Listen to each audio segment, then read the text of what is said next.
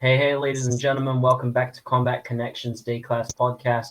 You're here with your host, Lucario, and today we're going to have a little bit of a debate. As we said in a previous video, we all have martial arts we dislike, and we all have our opinions on martial arts. So we've opened ourselves up to debate with me debating Krav Maga, Master debating Ninjutsu, and Low debating BJJ. These debates are still open, but no one really took us up on it, and we had promised previous guest and interviewee Kulgik Defense. We promised him a debate, and he has recently competed. It was your first BJJ tournament, right, Kulgik, that you competed in recently? Actually, my most recent one was my second competition. Second. Okay, you recently competed in your second BJJ tournament, and so we offered him, and he accepted, and he would come in and debate Low on Brazilian Jiu-Jitsu. Now, Low's specific chosen topic is unique elements within Brazilian Jiu-Jitsu and whether they existed or whether it has anything unique to offer. But Cool Geek is allowed to bring any other discussion into it, as Low has hated on multiple aspects of Brazilian Jiu-Jitsu. So, with that being said, this is between those two. I'm just here to introduce and close it out. So, I will open the floor. Kogik, Low, have at it, guys. Alrighty. All right, cool. I guess since I'm the challenger, I guess I should open up.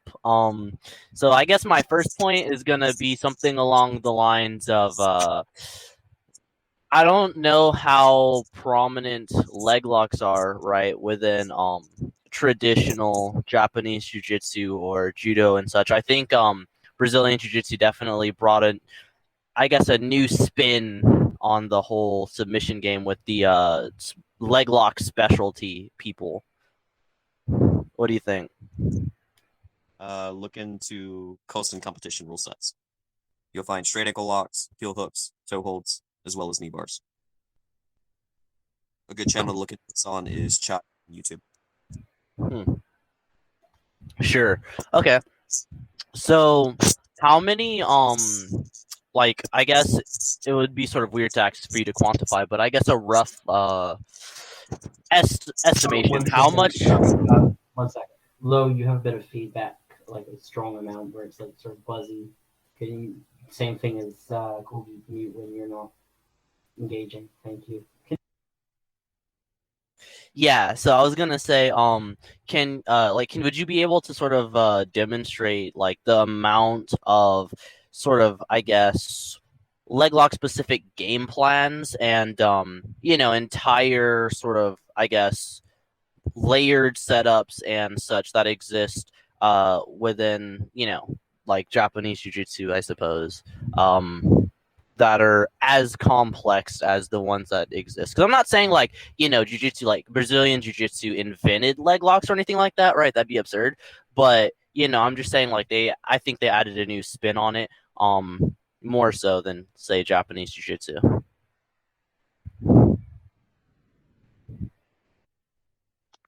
My biggest. So your question is just in-depth game plans within judo and Japanese jiu-jitsu, yeah?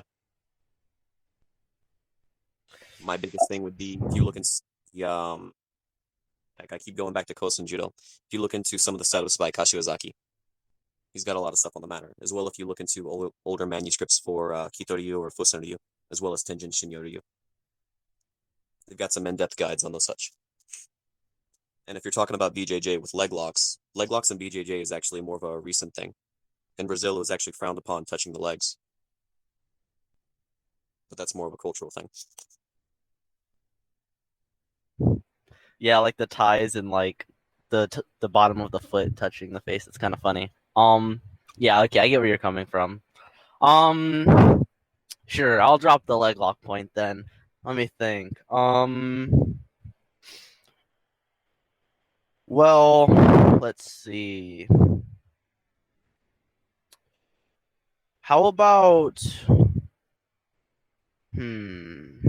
let's see, there's a couple avenues I'm thinking about. But the major one that I'm thinking of right now is what about other, like, say traditional Japanese jiu-jitsus and competitions versus other grappling styles? How common is that? Because I know, obviously, with the Gracies, and the UFC was like a big deal for them doing their whole thing. I remember that one guy, Sakuraba, I think his name was a pretty big deal with judo, but um, I didn't see too much of that going on. Was there any like major Japanese jiu-jitsu, I guess, groups of people that went out and competed in like tournaments and such versus like other styles?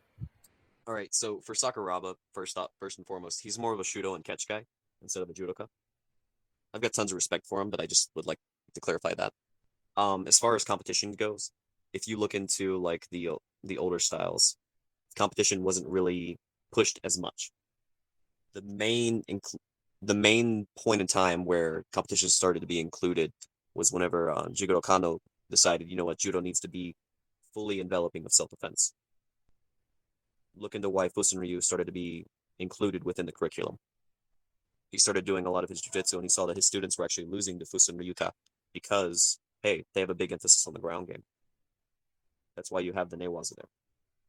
So competition wasn't really pushed until that point in time. And then, the school system, so Kotensen no Rangaku, or Kosen for short, they started just defining their own rule sets for this, which is what evolved into what it is today. Okay. Let's see.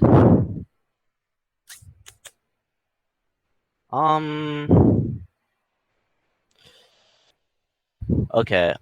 I guess another difference would be, are there any Japanese jiu-jitsu styles that are, or sub-styles, I suppose they'd be referred to as, would be completely, I guess, separated from the, I guess, stand-up portion of it, right? Like, where they only focus on the ground game, like, pretty much exclusively, like they do in certain, or arguably most Brazilian jiu-jitsu schools these days.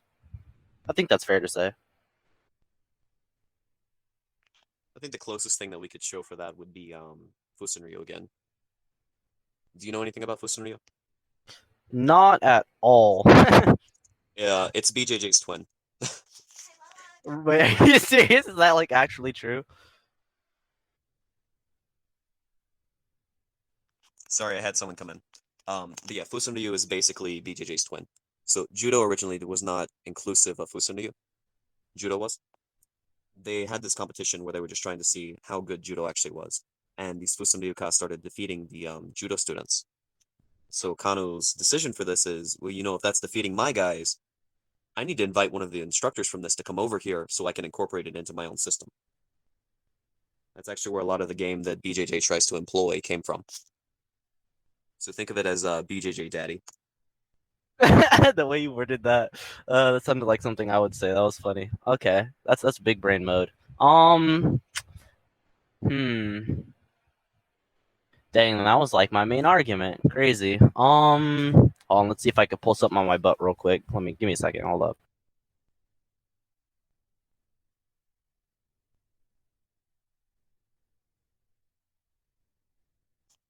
While you're looking that up, I would like to kind of come out first and foremost and say that I'm not trying to hate on BJJ guys as of late. I'm trying to be nice.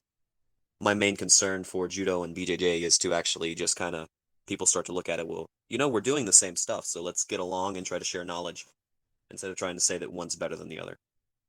You got to kind of give homage to where you came from. Give homage to where your techniques came from. I get that. Completely different. Yeah, I get that 100%. I agree. Let's see. Yeah, I don't think there's anything I can pull out of the void on that one. I'm gonna have to concede. Dang, this is my first debate L in a while. That's insane. Well, I mean, it's a fun topic to talk about. Yeah, I agree. Super fun. How long have you been training BJJ? Let's see. I think it's been about a year and 3 months. All right. Still very much a noob. Before I switched over to Judo and Japanese Jiu-Jitsu, I actually trained BJJ for, I think, 6 years, 5 or 6. And that's where my kind of thoughts on the matter come from. I just want everyone to kind of Ah, to where they came from. yeah, that makes sense. I get that. Um, And then I think you told me before, but like, how long have you been doing judo and Japanese jiu-jitsu? Uh, shit. I started doing a little bit of judo and Japanese jiu-jitsu when I was still training BJJ. Full time for judo and Japanese jiu-jitsu has been since I think 2018, something like that. That sounds about right, maybe. So Not bad, not bad. it was the year after Masa Sensei died. Yeah. Luca, that sound about right? Huh? That sound about right whenever I told you that Matai's father passed. Yeah, sounds roughly correct. All right. But actually the first little bit of any martial arts that I learned was from my father because he's in the military. And whenever he was still serving in security forces, he was training Japanese jiu-jitsu. So this is when I was like 4. I first had a touch of it. Oh, okay. Cool. So, what are your opinions on? Oh, well, this is like a huge derail of like the original thing, but what do you think about like military martial arts in general? I think they're limited. Not really limited in the thing of, hey, we want to be all inclusive. Limited in the idea of what they actually choose to incorporate. My father actually is no longer in security forces, but he's still in the military. He serves as a maintainer, so he's a aircraft mechanic for the most part. He goes to summer camp once a year, right? He says you can see the security forces guys out there rolling all the time. And he asked, "Hey, can I see your new slip? Just saying what you were required to know." Most of their stuff is not anywhere close to what we'd want to include. They learn a lot of gi chokes and stuff like that, which, I mean, you can try to apply it off of a jacket, but the ones that they're learning is just like a kosajime, so your cross choke, or like a ashiguro majime, so just like a hand wheel into a choke. A lot of their stuff that they're doing is just not really wanting to be inclusive for self-defense or, actually detaining suspects. I've rolled with McMap guys before who they're really knowledgeable guys. Like they know what they're doing. But I can remember being 15, 16, rolling with a McMap instructor when I was still training BJJ, that even just doing BJJ was more than what they were learning. I think that it's a good idea to try to make an all-inclusive system for them to use. I don't think it's been gone about the right way. For a military system, I look back to Muay Thai Legit the most, because you have Muay Pram included in it, so you have the striking, your clench work, you have your throwing, you have your slams, you have any takedown you want to include, as well as limited ground game. But you're still learning how to position your body in a way to make it a tad bit harder on your opponent, because the main thing that people think about is mutual combat versus apprehending suspects. If you're sitting here and you're engaged in mutual combat, it's like a cage match. You're fighting. But if you're sitting here and you're trying to apprehend someone who, say, has a weapon, you're not always going to be the only person on top of them. So Newaza could be important, but not to the point where that's all you need to train. That's just my personal thoughts on it. Yeah, I get that. Sounds about right. Let me see. Now, I didn't think of any other random jiu-jitsu topics beforehand. I don't know. So I have to ask this. So you said you're not trying to like, as of late, you're not trying to like hate on BJJ anymore. So I take it as you used to. Luca can answer this for me. This is like extremely late. I'm not trying to as much. He's he had a lot of hate for it, mostly off of people disregarding judo, or like a large idea of there's no ground game before and how much it's revolutionized. And he's had a bit of an issue, mostly with Gracie Jiu-Jitsu. More so, he's always seemed to be okay with 10th Planet Jiu-Jitsu, but he's done Gracie and he's trained with Popovich Jiu-Jitsu. He didn't like either of those. That's hilarious and very ironic, because at the jiu-jitsu tournament I did in San Diego, or I refer to Naga as jiu-jitsu competitions because I feel like they're kind of a little bit biased, but even though they say they're not. But like I ran into a bunch of those like 10th Planet goons, and they, I don't know. I kind of have a slight distaste for them, just a little bit, maybe a little more than a little bit, but I don't know. See, my hates and then my likes for the matter goes on to not really the practitioners of it, but the heads of those systems. So if you look at the man who's most prominently associated with 10th Planet, who's that? Eddie Bravo. He's done, I can't remember what he called it, but you can find the same exact thing within a video from I think it was 1946, but he gives homage to it. I've also been in contact with, I'll go ahead and tell you, the last head of the BJJ lineage that I trained. He's one of the bigger name Gracies. He's considered, oh, well, he just cares about self-defense. None of that was for self-defense. He's the reason that I really just hate BJJ, and I'm trying not to. Because training Brazilian Jiu-Jitsu for years, we were always told, well, you know the difference between BJJ and Japanese Jiu-Jitsu. Well, what's that? Japanese Jiu-Jitsu only revolves around brute strength. So I went in, whenever I started training more Judo and Japanese Jiu-Jitsu, I went in thinking, well, they're just going to be doing brute strength. I can kind of convert this over to what BJJ is supposed to be. And I was proven wrong multiple times. And it kind of feels like they're lying to the people who are training under them, so they're too scared to go and train somewhere else. The techniques were completely identical. There were no differences in what you were doing or how you were applying it. That's just what kind of pushed up a Gracie Jiu-Jitsu as a whole. Wait a minute. They actually tried claiming that like Japanese jiu-jitsu is like only brute strength. Like, is that true? Did they say that? Yes. That's retarded. That's actually stupid. Why would they even say that? Like, I don't know. That's a yikes. That's the thing, though. Like, there's a big, big following for this, especially within the BJJ community. Okay, so the Gracies, as grapplers, sure, they pioneered their own system. Like, they wanted to take what they're doing and bring it somewhere else. I can respect them for that. But I can't respect them for claiming something's completely different. All right? It's still the same thing. It really is. What I have to really just respect the Gracies. Like, I respect the hell out of them for this one trait. They're the best businessmen I have ever seen. They know how to sell a product that everyone already has.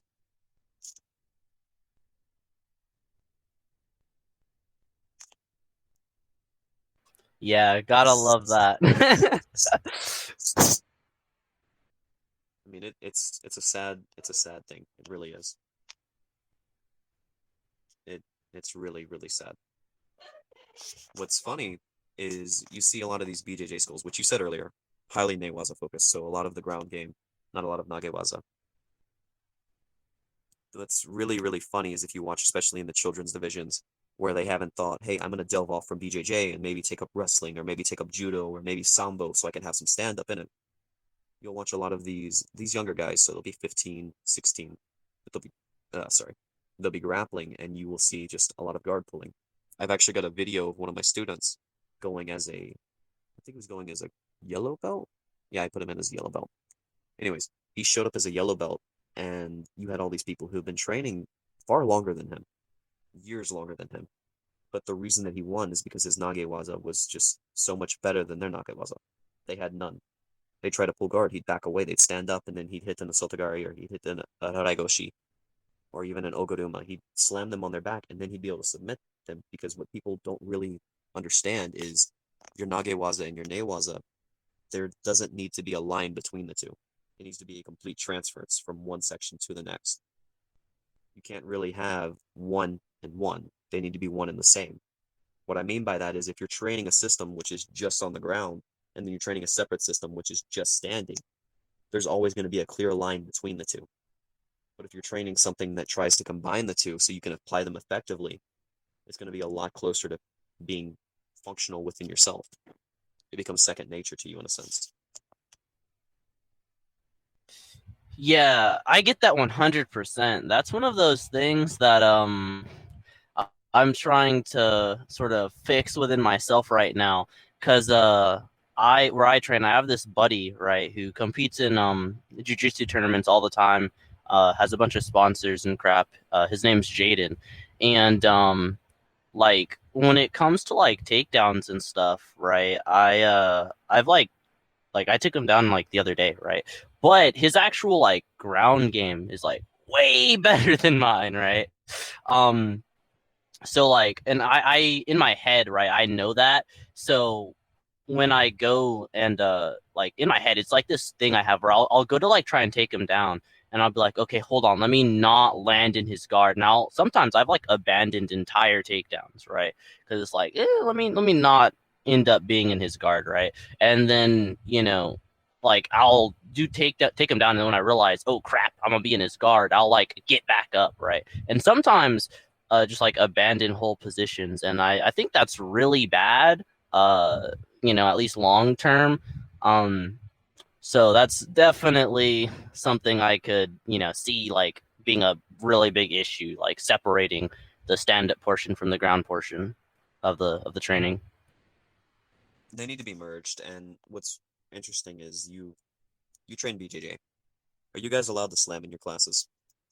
No. All right. So, Not that I haven't been slammed before in the classes, but that's a story for another day.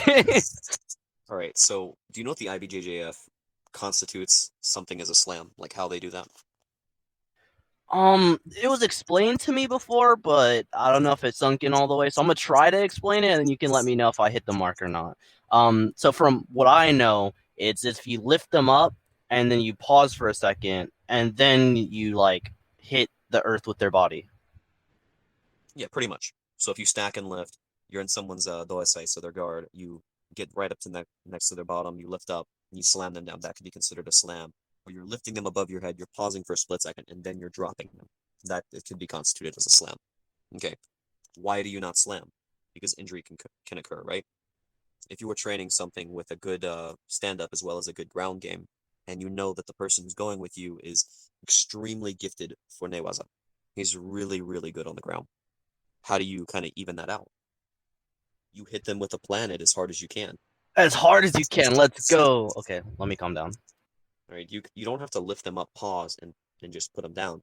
I guarantee if I get on you and I throw a really, really strong haragoshi, but I toss my own body with it, so it's my weight on top of you hitting the planet. If it's mad or not, you're going to be dazed for maybe even a split second. But grappling is not a it's not a game of it's not a game of miles and it's not a game of hours. It's a game of inches and it's a game of seconds. As long as I have a split second, that's enough time for me to get into the position where I am at an advantage. If I know that you're better than me at for a full guard, right? If I know that you're really good in guard, I'm going to throw you and I'm not going to land in your guard. If you go to get guard, all I'm going to do is just try to break your legs. But I don't want to be there. That's one issue that I have with BJJ a lot is if you know, hey, they want the full guard, right? That's where you guys are most of the time comfortable out of, correct? Yeah, most of us, except for me. I like D guard. Haha. All right. So you know that that's where most people want to be. For self-defense, I don't agree with that, but we're tossing self-defense to the side, right? Why would you want to be somewhere which pushes you against your back on the ground? Sorry, I had someone walk in again. Anyways, why would you want to put yourself in a situation where, sure, you have a lot of control over them, but I always go back to self-defense, but we're throwing that to the side again. If you know you throw someone and you end up in their guard, why are you going to do that?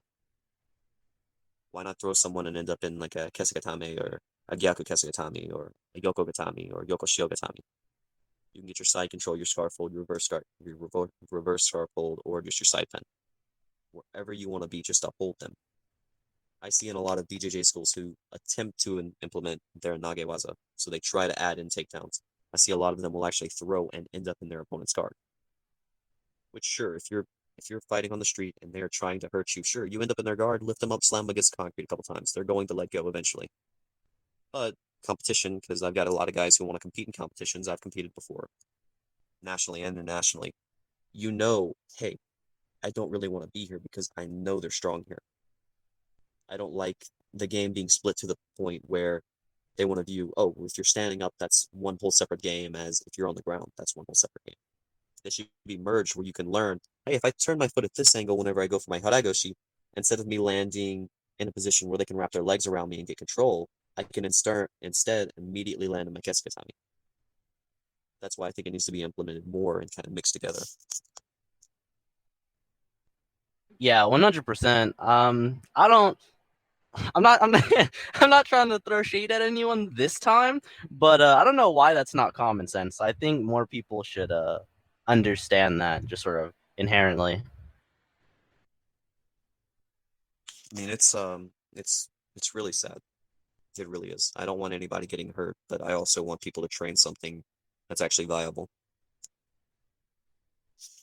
Yeah, 100%. Like, what the main reason I sort of mentioned that like, oh yeah, I don't like the 10th planet guys anymore is because like all of them, maybe not all of them, probably all of them, ended up pulling guard on someone, like at like some point there was like an easy guard pull and they went poop, haha, guard mode, and I'm like, no, I don't like that. I mean, Judo calls it hikikomi, right? So you were trying to pull with your legs, get them between your legs, right? Hikikomi was kind of taken out because one, it's not entertaining, and two, it can be very lazy. I don't see a lot of reason for people to just train the pull guard. I can see, hey, if someone is throwing you and you have no other option, I'm fine with you pulling guard at that point. But it's got to be past that edge of you're not going to be able to catch yourself, you're not going to be able to counter in time. You need to learn, hey, I know there's nothing else I can do here. Maybe I can get a better position so I can work from here. I'm fine with Hikikomi from that point, but not, hey, we're sitting here, we're standing up, we're completely fine. I'm not going to try for a tie up. I'm not going to try for anything. I'm just going to pull you between my legs because Kama Sutra.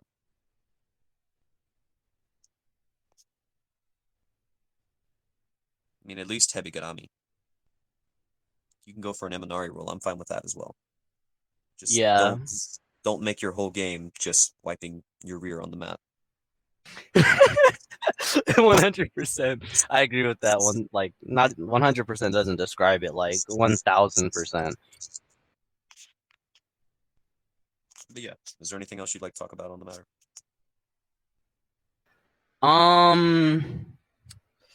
Maybe like uh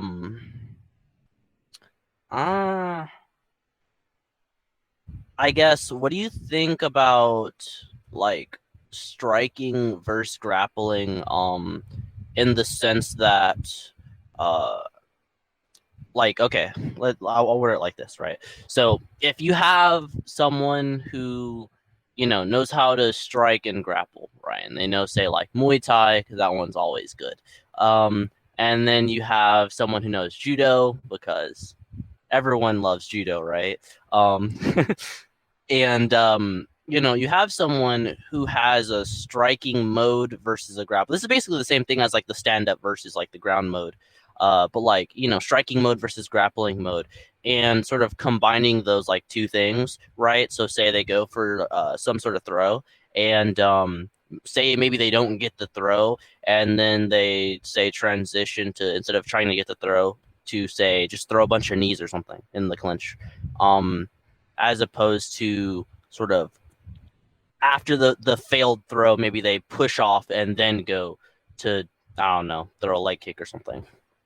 Just an example. So what are you trying to ask? That kind of sounded tangled. yeah, sorry, it was something on the fly. So basically, how do you feel about people having like a striking mode and then a grappling mode versus like intertwining their striking with their grappling more? All right. I think they really need to be mixed because before Judo and before Jiu-jitsu, I'm actually a karate guy. I've been an instructor for a number of years. I also train Muay Thai as well as Eskrima. But I think for you to be able to transition between striking and grappling, you have to train them together. You see a lot of guys who look at the cage, for example. How many guys do you see who are known to be very, very, like, very knowledgeable when it comes to striking, but as soon as they get taken down, they don't strike? Why aren't you throwing strikes off of your back? Because you may not have enough power off of them, but you're at least blinding them for a split moment. If you blind them, you're making it easier for you to transition off of them. They need to be trained together so you can apply them together.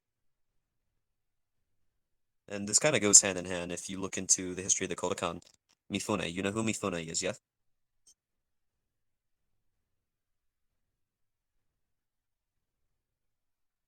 Yes? No? Oh yes. Sorry, my He's freaking mic button. All right. Well, there's actually a story about Mifune and another member of the Kodokan. Actually, I don't know what term to use. Deconstructing 13 men only using striking within a tea house. It made the papers. You can find it up. Again, I keep going back to this channel, but Chadi has a lot of good information on it. They used only striking because judo originally was, hey, we're going to have everything here. Striking, throwing, pinning, submitting, whatever, as well as some arresting techniques.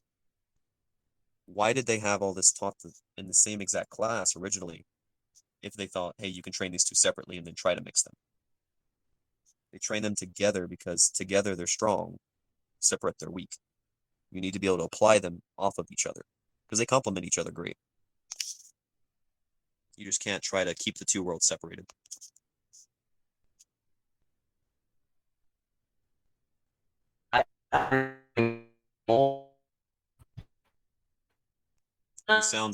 You sound very robotic. You're having some connection issues there, right?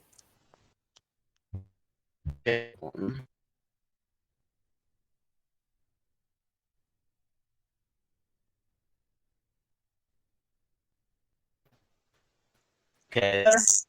You still have some connection issues.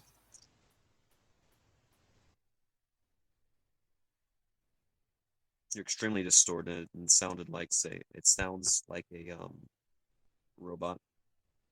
Sounds like R2D2 is following Wally.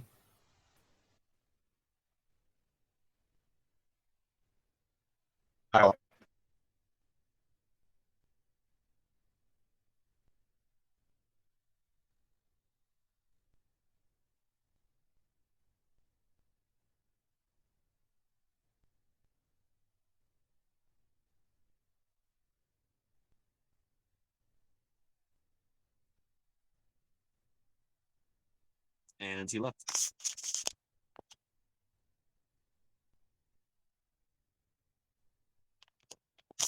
So Luca. Hello. Yeah. You thought about this thus far? Informative. I've come up with a bit of solutions that help this stay more on the debate side.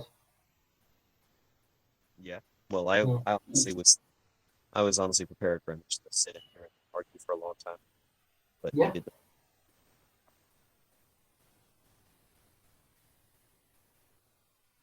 Yeah.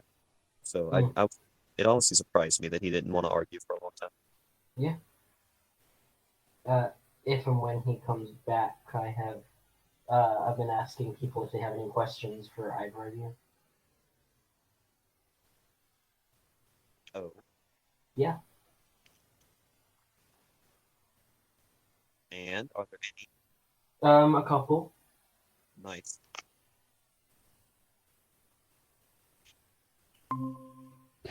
Hey, welcome back. Yo, okay. Am I Yeah, you're less good. Yeah, you're okay, cool. Got it. Yeah, I was gonna say that I remember I don't know, I think it was 3 MMA sparring sessions ago. I was sparring with one of the fighters out of my out of the place where I train, right? And he took me down because of course he did. And I was down there, and this was the third takedown he had got on me, and I was sort of cycling through my options of like, what do I do now? Because he's a purple belt in BJJ, and so his grappling is quite a bit better than mine. And so I was down there, and then it occurred to me, you know how to punch people. You should try and punch them in the face. And I tried it, and wow, what do you know? I didn't punch him in the face, but at least he like backed up a little bit, and it let me gain a little bit of space in order to like get back to my feet. And that was um I don't want to say a light bulb moment, but it definitely was a light bulb moment. I don't know why. That should have been a little more obvious to me, I feel like, but hey, what can you do? Tyson has that as a quote. Everybody has a plan until they get punched in the face. Yeah. Yeah, I know. One of my favorite quotes of all time. It's like something my sensei would say to me in class, and he says it whenever he's trying to explain our style to new people. Is Shurinji Kempo has a bit of everything. We have Japanese Jiu-Jitsu, boxing, karate, kung fu. If someone wants to kick with you, you box them because a boxer will be the kicker. If someone wants to box with you, you grapple with them because a grappler will be the boxer. You need to fight people where they're least comfortable with, and to do that, you need to be comfortable everywhere. Yeah, I agree with that 100%. Um yeah, and I like the whole like being super good at one thing, but you know, it's not really my thing. I can't be that guy, which I kind of am right now because my kicks are so good, but like, my throws are okay. And then like everything else just sort of slopes slowly downward from there. Um, but I'm definitely trying to get more of that complete well-roundedness, and it's going okay as of now. We'll have to set you and Lo up to spar if he ever comes out to your state to visit some family he has there. That sounds amazing. All right. Well, since this was kind of supposed to be a debate, I reached out to some martial arts servers that we have mutuals in to see um, if they had any questions for a newer Brazilian Jiu-Jitsu competitor or a Judo Jiu-Jitsuka that despises Brazilian Jiu-Jitsu. And we have a few questions for both of you, actually. So let's start with you, Cool Geek. We have a question from our own server, um, Combat Connection Discord. Um, what was it that made you choose Brazilian Jiu Jitsu as your grappling art? So for one, it's the easiest. Well, was the easiest for me to find. And also I felt like at the time I didn't really have much experience with Brazilian Jiu-Jitsu other than like one friend who had learned it, and he had we had grappled before, right? We had did striking, we had grappled, and as far as takedowns go, I remember because I had a little bit of experience doing a few different throws and stuff. But as far as takedown, after I got the takedown, he would be way in like another league, right? As far as like grappling was, and he wasn't even like I don't even want to say a real jujitsu guy because I don't think that exists. But his he learned from an MMA fighter. I'll word it like that. There was a amateur MMA fighter who had taught him, and he had trained under that guy, and he had practiced on me. So I had, I guess, more firsthand experience versus Brazilian jiu-jitsu than say like other grappling arts versus me, right? So that was one of the turning points because I'm a very hands-on type person.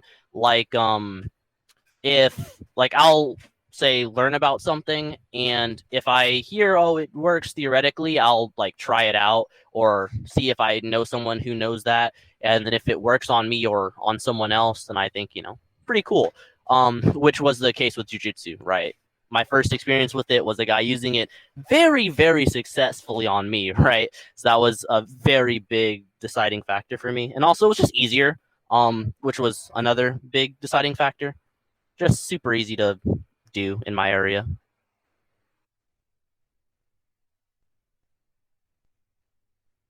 And that certainly makes a lot of sense. I'd say it probably is at the moment the easiest grappling style to find as you go out into the world of martial arts.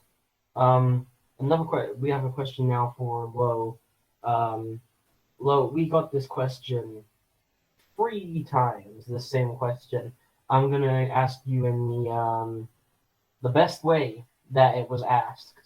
Um, our friend, this is from our friend Zangel's server. Shout out to Zangel. He's been on the podcast a couple of times. His Martial Arts Alliance Discord server. We have the question. Why do you hate BJJ? Is it because you have family problems, or is it just because your sport is bad? My sport's bad. That's, I mean, I guess that's why it's in the Olympics and BJJ isn't, right? Anyways, why do I hate BJJ? Sorry, I'm listening to something in the other room. Why do I hate BJJ? They don't give homage. They want to disprove any other martial art. The cult mentality. Hey, you don't do BJJ. You know nothing. Khabib anybody? Hey, you don't do BJJ. You know nothing about grappling. Again, Khabib anybody? Hey, we got all of our stuff from Judo. But Judo is bad. Do I need to continue? It's really like a kid sitting there saying, my dad's better than your dad. Eventually, we all have to grow up at some point.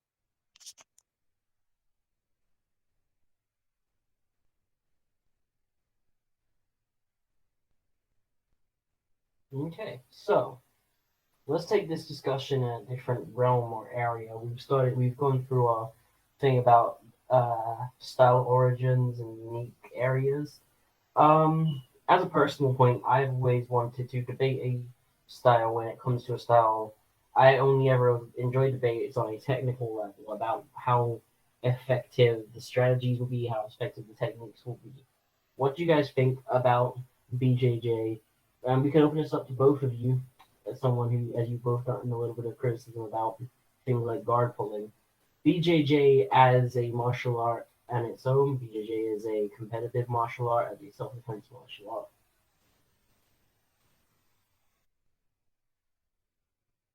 Again, what are you trying to ask?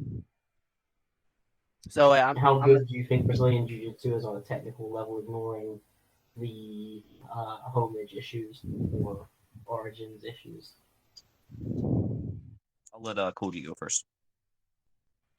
yeah. So for me, so this is gonna sound kind of funny because I brought up like in the sort of debate I was saying like, oh yeah, well they focus a lot on like pretty much some schools exclusively on ground stuff. That I mean, it helps if you want to learn only about ground stuff, but in the words of Israel Adesanya, every fight starts standing on the feet, right? So while it has good stuff for your ground game, of course, right? What about literally every other aspect? Now, some schools do like takedowns. My one of my or no, all of my instructors will occasionally mention, stuff about striking, but that's because the place where I train, we're not just jiu-jitsu focused, we're also like MMA and self-defense based. A lot of schools that do self-defense and jiu-jitsu competitions, they'll treat like I don't maybe this is just in my experience, but a lot of schools will treat street fight situations like jiu-jitsu competitions, which I think is very misleading and little bit harmful even, but I don't know, maybe that's just me. I can actually agree with him on that. So, how do I say this without deliberately calling someone out? So, for my old BJJ school, there was this brown belt, right? He's actually a black belt now, but anyways, I remember going, this is a couple years ago, and watching him at a competition. He immediately sat down, pulled guard, grabbed a chokehold. That's all he did. No, heel hook, sorry. Sat down, pulled guard, grabbed the heel hook. He won his match really, really quickly. And sure, for competition jiu-jitsu, that's amazing. But something that's a little bit more intense, I can't really see where that would have went well for him. Okay, forward a couple more months. He goes to Louisiana, and again, I'm trying to do this without speaking names because he has a very, very refined pedigree. So he goes to Louisiana. He's in a competition. He's about to compete for his for gold and silver. It's the last comp. They go on in the match. He tries to pull guard. He gets slammed over. Something happens. I've got it on video somewhere, but he ends up having his shoulder torn. At the end of the match, he gets up, and then his instructor, my ex-instructor, starts screaming about how they didn't call it when it was supposed to be called and all this other stuff. But immediately what comes to mind is on a technical level, if you're looking at competitions, BJJ is great in competition. But as soon as it's not to the level that you're used to competing at, or not to the level that you're used to having as far as resistance goes, it's almost like there's a sense of panic there. Because he was so used to sitting down, rolling over, and having someone tap him on the leg because, oh, I don't want anything to break. Just as soon as someone resists him and actually pressures him to the point where he can't really do what he wants to because it's a singular game plan, he ends up getting hurt. So for competition, I think competition jiu-jitsu is a thing. I think that it's really good for children. You can have fun, you can build confidence. And I honestly like BJJ tournaments because a lot of times they'll accept our guys. We'll go and say, oh, we do Japanese jiu-jitsu and judo. Okay, well, what bracket you think you should be in? And most of the time they want to put us at a lower division, but we can sometimes argue our way into better ones. And it's good competition for us. We have a lot of fun doing it. But for self-defense, I don't really see that it's the best thing on a technical level because you're training to be put in a situation where you shouldn't train to be put in. What do I mean by that is, sure, you can be a guard specialist, but if you've ever heard the quote, more sweat and peace means less blood and war. As soon as you're pressured, you go back to what you're used to. You go back to what you're good. You go back to what you're good with. If you're good at having someone between your legs and choking them from that position, then obviously you're going to go to that. If you don't train takedowns, that's all you know. That's all you have to go to. So on a technical level for self-defense, I think it's shit. Because, hey, you can be sitting here just trying to get Senkaku Jime, so your triangle choke. They bite whatever they want. Say you end up choking them out, but you're on your back on concrete most likely with his buddy who was sitting there trying to record it or just sitting there egging you on, currently stomping your face out. Now, I'm not saying that any martial arts is just great for multiple people, but I like my chances of sitting there, slamming someone with like an Uchimata onto the pavement, backing away, keeping my hands up to be able to guard my head. I much prefer those chances of me actually getting home safely than me trying to pull someone into me, laying on my back and trying to choke them while there's someone else there.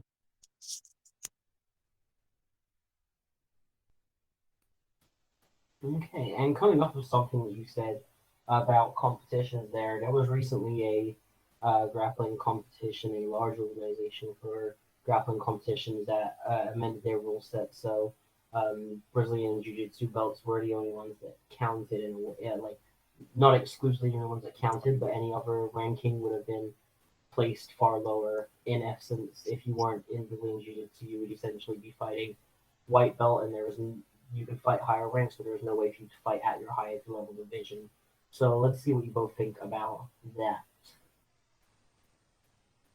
Okay, do you want me to explain the situation? Go for it. Yeah. All right, so he's speaking on the AGF. They recently made a rule where if you are if you're a judo black belt, be it in a style of judo that just they include the ground game, or if you're doing like Olympic style Kodokan that just does the nagewaza. They don't see a difference between the two. If you were a judo black belt, so say you've been doing newaza and nagewaza for 10 years, you are a black belt. You can only compete up to a BJJ blue belt in AGF competition as of now.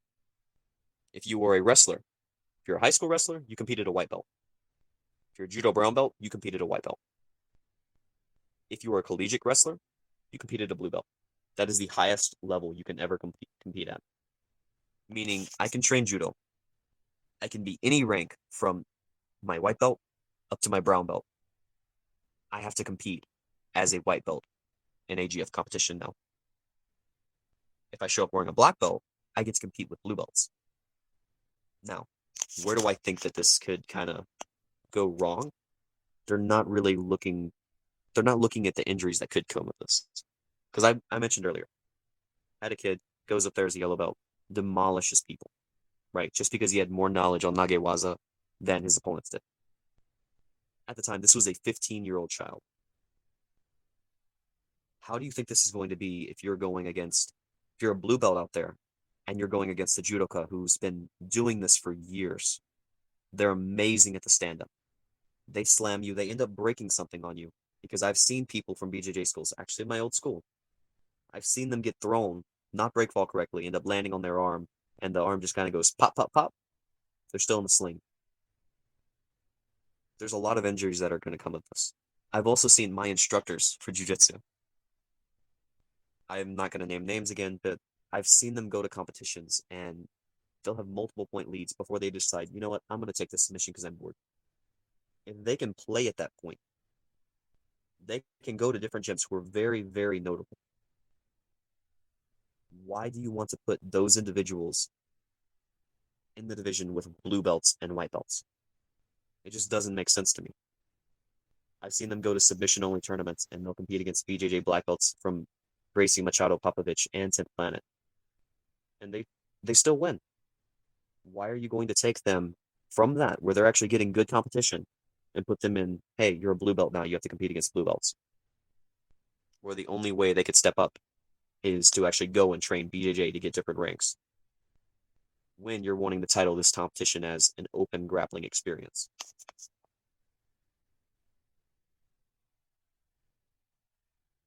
Yeah, and like what he sort of mentioned just now is part of what I meant earlier when I said, like, you know, Naga competitions. Like, I still technically they're supposed to be like all encompassing. I always, you know, refer to it as a Brazilian jiu-jitsu competition because of those like very reasons, because they're very biased, not only as where they want to like place you, but also like certain rules, like, you know, oh yeah, if you throw someone and then you back up, that's like, I think it's a point off or something like that.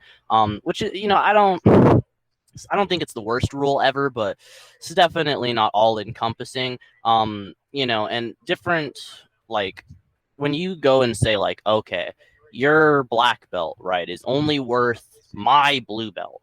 I feel like that's sort of asserting superiority, and in a sort of competition mindset, right? Where you're saying, okay, so I'm a jujitsu guy and I'm gonna start a jujitsu competition, but call it all encompassing, right? And now any other style, they don't even have the opportunity, right, for their black belts to beat my black belts, right? They don't even have the opportunity. That sort of, I don't know, maybe it's just me, but I feel like that's sort of going against the whole let's test my style versus theirs that jujitsu is supposed to be so fond of, right? Since they're fond of like proving their superiority, but that's not there anymore. It's just, oh, I'm just going to kind of assert it quietly or not so quietly, right? I feel like that sort of, I don't know, I feel like that's not just weird in the spirit of martial arts, but it's sort of weird, at least I think, in the spirit of jiu-jitsu, Brazilian jiu-jitsu even. I don't know. It's very, very odd. I don't like it. It doesn't make any sense to me at all whatsoever. So Kugi, you've been in Brazilian Jiu-Jitsu, you said, for a year and a few months. So you're a white belt or are you a blue belt? Yeah, I'm still a white belt. I've actually I've actually been skipping belt promotions for the last what, like 4 or 5 of them. So essentially, you would be on a higher rank by now, but you missed your. Yeah, I should at least have a few stripes, at least. Okay, Like, you should be a few strong. at Okay, least. great. So you've done. How would you feel if you went to a competition competing as a white belt and you, as someone who's been there doing Brazilian Jiu-Jitsu a little over a year, and you had a high school wrestler who had done it all throughout their high school, or a, let's just say, hey, Lo, what belt would you be in for Namido if you'd been doing it for 4 years? For years? 3 years. Let's say 3 years if you've been there a year. Oh. So, like, you're telling someone who's at the same point as them, or like, what are you trying to ask? How many If years? someone was training Namido and they trained for about 3 years, what belt would you reckon would be at if they were good and dedicated? Well, if they were dedicated and good, it wouldn't be out of the ordinary for them to be at a green belt level. Okay, so you got a traditional Judo Japanese Jiu-Jitsu green belt, a high school wrestler who did 3 years, and because they're not Brazilian Jiu-Jitsu, they're placed in your category, and you have to go up against people who have been there twice as long as you, 3 times as long as you. How would you feel? Before you continue, I would like to point out we have several green belts who have gone and competed purple belt divisions at BJJ tournaments, and they placed second and first. That's about that would be the equivalent in BJJ. So how would you feel if you went into a competition and because there are people that weren't training Brazilian Jiu-Jitsu, they had been there in their spin twice, 3 times as long as you, and you had to go against them to get your ranking? I'm gonna word it like this: Jiu-jitsu is jiu-jitsu. I don't care what anyone says, right? Grappling is grappling, right? So if they're saying like, "Oh yeah, this guy should be at your level," because that's the whole entire point of the divisions, right?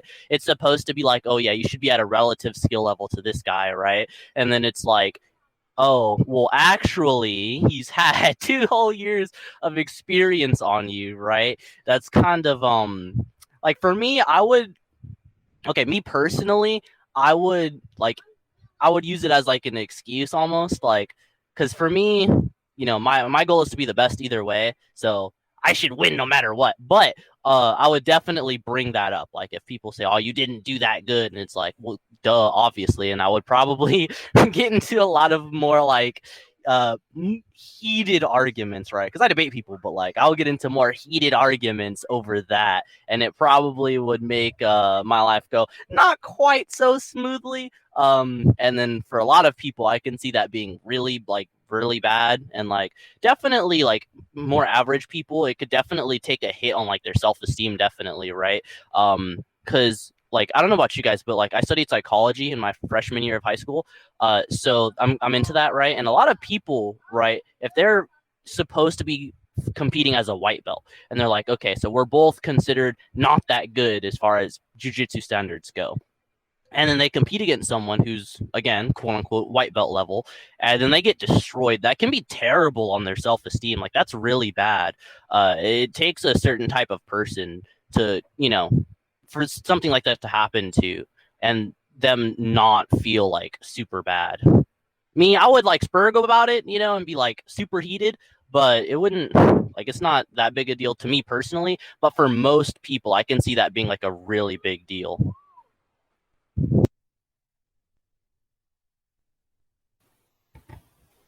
And coming in, we've got another. This one's less so a question, more of a statement from a friend over at the Martial Arts Unleashed Discord server. Martial Arts Unleashed is a Instagram and I think YouTube channel based on martial arts. They do a lot of reposting people's forms, weapons, etc. And someone on their server has said to us, "One art evolved from the other. It's like they're sisters more than rivals." which is what I've been saying. I hate on the fact that people don't want to at least acknowledge this. If you're doing the same stuff, just say, hey, we're doing the same stuff. Let them compete against each other. Let them have fun together. Don't try to separate the two and say this is something completely different. And I'd say it's more paternal um, than sibling based. Like BJJ is like the moody teenager that doesn't like their dads. Oh, yeah. Well, honestly, if we're going to do anything for that, let's see if the viewers like this or if they hate this. Judo is daddy. BJJ is the angsty teen. Sambo is their child who just wants to be like daddy. Because I love Sambo. But BJJ and Sambo both have a direct link to Judo. Look at one versus the other. One decides, hey, we're just going to do the ground game. And the other has, oh, well, we're going to do ground game. We're going to do stand up. We're going to try to do everything like daddy. And again, I say, and we're going to need to make this a thumbnail. Khabib, anybody? Sambo smash. Smish. did, did, did you invite that Russian guy? You know, the one that starts with the S? Oh yeah, Systema, he's over there. No, not that one. Yeah, I don't even know if I could add anything at this point. Like that's pretty much what I think.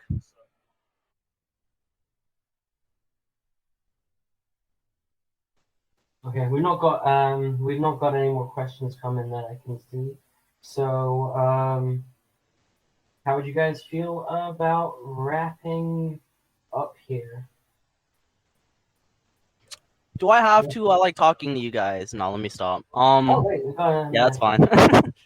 Huh. Okay, we have another question for this one. Can go. Well, this one goes too low, but I think Cool Geek, you could have some input on this as well. How would you want BJJ to improve so that you won't hate it? Okay, so in recent years, I've seen BJJ start to try to include a little bit more stand-up grappling than they have in the past, which that's a step towards redemption. But don't separate the two. Don't teach a class just on stand-up. Don't teach a class just on newaza.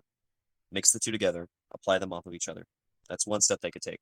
Another, give homage. Don't claim that you were something that's completely special. How many planets are there? How many stars are there? What all revolves in the solar system? You're not at the center of it. BJJ is not what's just in the center. Like he said earlier, grappling is grappling. Just take what works and do it. Take what doesn't and discard it. That's really what I can get at. I mean, the philosophy that a lot of the BJJ guys want to employ is, hey, if it works, do it. I'm fine with that. I really am. I just want them to say, you know what? Maybe we're not special. Maybe we can give mutual respect to those who are standing beside us instead of having our culty mentalities of, well, you don't do BJJ, you know nothing, go on. I mean, you've had the same experience before. Oh, how can he speak on grappling if he hasn't done BJJ? That's what I think they can improve on. Yeah, 100%. I think incorporating, like you said, more stand-up stuff and just general grappling and transitions from stand-up to on the ground and all that good jazz. And also this would, warm my heart a bit to see more jiu-jitsu schools to sort of take into account the different people's goals and the differences between those goals. Like someone training for a jiu-jitsu competition, their needs are not the same as someone training for, self-defense. Like jiu-jitsu tournament self-defense and MMA is all different. I'd say, MMA and self-defense are the least different, unironically, but the differences between all three are, I think, super important and need to be taken into account if you're, say, training everyone. And so that you don't train everyone to sit down and pull a guard and, and do all your guard stuff. I think training everyone that way is, a little bit misguided. 10th planet, when some of them maybe want to do MMA or, just defend themselves on the streets. And we have another question from our own server. Plug in a shameless plug. Do you see any major differences between Japanese and Brazilian Jiu-Jitsu? I'm assuming that one was for me. I can go to either of you still. Both of you. Do you see any major differences? No, not really. Structurally, no. Mentality, yes. The mentality that I'm speaking of is BJJ. How many years does it take you to get a black belt? I'm not saying you need to shorten your time. I'm not saying you need to extend your time to get a black belt. A lot of times, a black belt in BJJ is viewed as the end all be all. You have reached the top of where you need to be. After that, your promotions are just based on merit. Like, oh, we have respect for you. Here's another stripe on your belt. Japanese arts in general tend to have a mentality of no one is above each other, meaning you're all on the same path. You're just sitting there trying to help those who are lower ranked than you. You're trying to pull them along the path to where you were currently standing because you can see, hey, originally I was where you were standing. It's really mentality more than anything. Technique-wise, they're identical.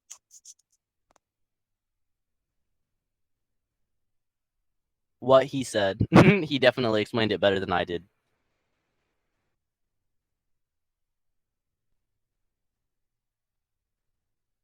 All right, Luca, are there any more questions?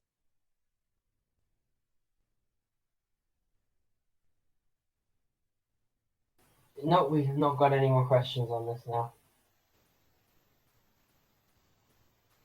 All right, well, it's been fun. Yeah, we've covered everything. Let me just do one last check over because I Hey, wait, have 10 servers. Do you mind if I plug my server real quick? Yeah, go for it. Join my server, Cool Geek Defense Discord server. Heck yeah, bro. We'll link it in the description below, as well as our own, because we plugged that like 3 times this episode, and we've never actually put the link out there. Yeah, we have just all these people who are sitting there searching for it. We can't find it anymore. Yeah, we'll make sure that we link you in some way or another. You can do something on your channel linking us as well. Heck yeah, let's go. Yeah, if you like, I can send you a copy of this debate, or we can organize another video together. We could organize another one. I have something in mind. Oh, what did you have in mind? Whether or not training at home could be beneficial. XD. Oh, we're gonna destroy your soul. All the time. I mean, if you're already training somewhere, training at home can only make you better. If you're not training anywhere, training at home can teach you bad habits. Yo, I love you guys. You guys are fantastic.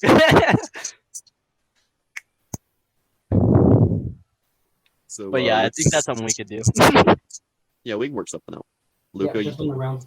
All of our servers are everywhere I've messaged is empty. We have cleared out everyone's questions. All right. So I'm just gonna quickly shout out to Zanjel and to Lucas of Martial Arts Unleashed. You guys, I used your servers. I think Sensei Seth's server used that one. Well, that's actually where Sensei Seth's server is where we've got most of our like interview guests as well. So yeah. Thank you guys for watching this. It was supposed to be a debate. It just turned into more of a BJJ nerd agrees with Jiu-Jitsu guy because he's way out of his. I'm kidding. This is going to be a debate. What are you talking about? I conceded everything. Listen. I gave up my my position and everything. I was a man about it. This was actually a good educational discussion. If anyone thinks they can pick up where Cool Geek left off and come and debate low on the subject of Brazilian Jiu-Jitsu, whether it's unique, whether it's better than Judo, if you want to go onto that level, we're welcome to have you guys in. You can message our Instagram, you can comment below, you can go on our Discord and put that in the description. Don't forget to go to Cool Geek's channel and Discord as well. Thank him for being on this channel again, even though he got completely ripped last time. What else was I going to say? Let us know what you want to see next time. If any of you want to debate Krav Maga and Jiu-Jitsu, you can let us know that. Or anything else you want debated, discussed, confronted, condensed, any other type of words that might rhyme or alliterate. Check out Combat Connections on our videos. Let us know if you want a minute video. And keep training, guys. Till next time. Peace. Bye-bye.